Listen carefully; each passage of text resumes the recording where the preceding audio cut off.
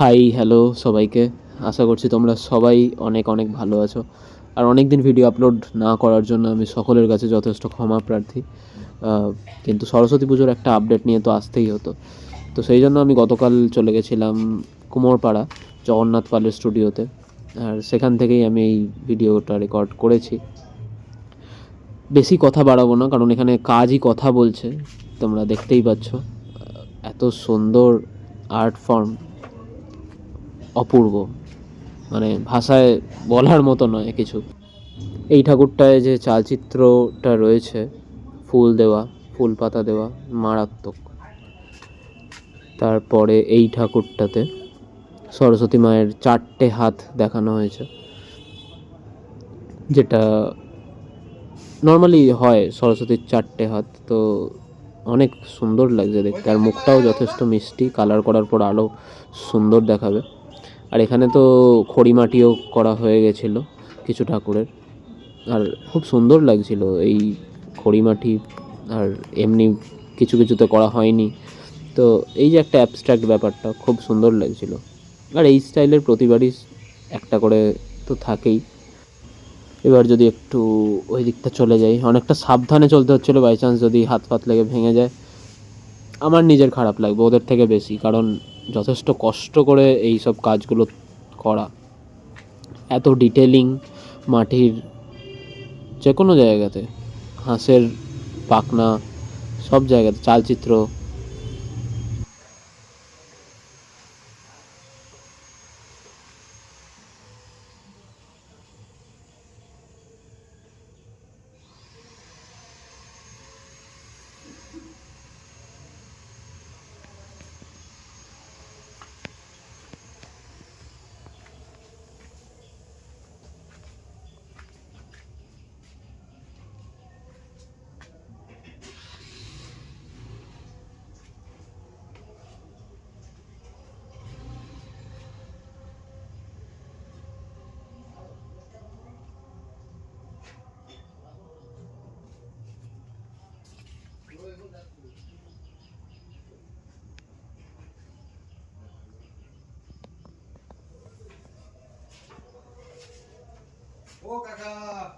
হ্যাঁ, যাচ্ছি।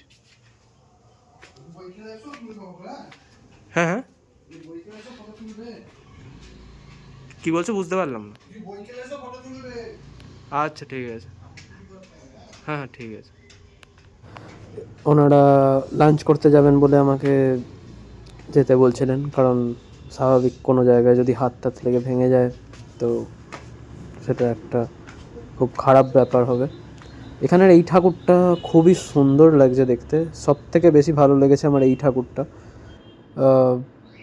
অসাধারণ করেছে পশ্চার সব কিছু।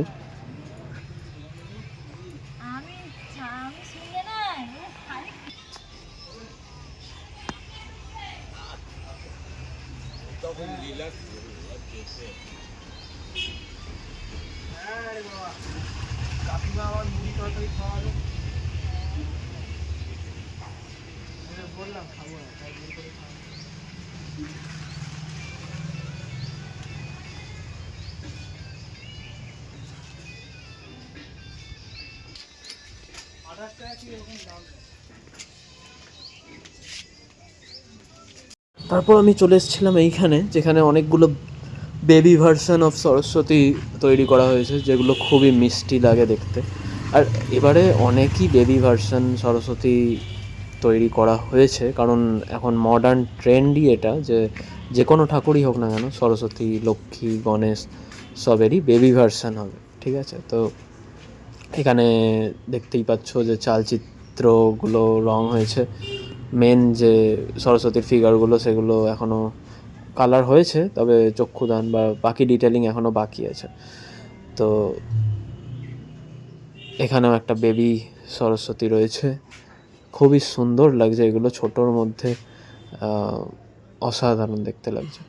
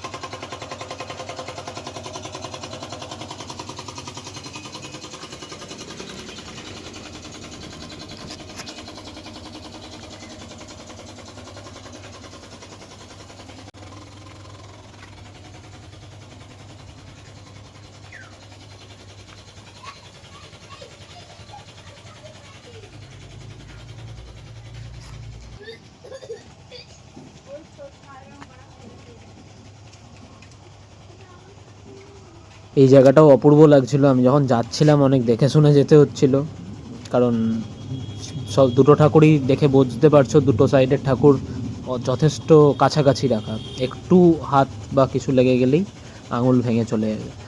তো অনেক সাবধানে যেতে হচ্ছিল। দাদার চোখ দেখে আমি বুঝতে পারলাম যে দাদা একটু ভয় পেয়ে গেছিলো যে কোত্থেকে আসছে আবার। আমি তো ভাবছিলাম যে কিছু মনে হয় শুনিয়ে দেবে, কিন্তু ঠিক আছে, কিছু বলেনি। দাদা কালার করতে ব্যস্ত ছিল।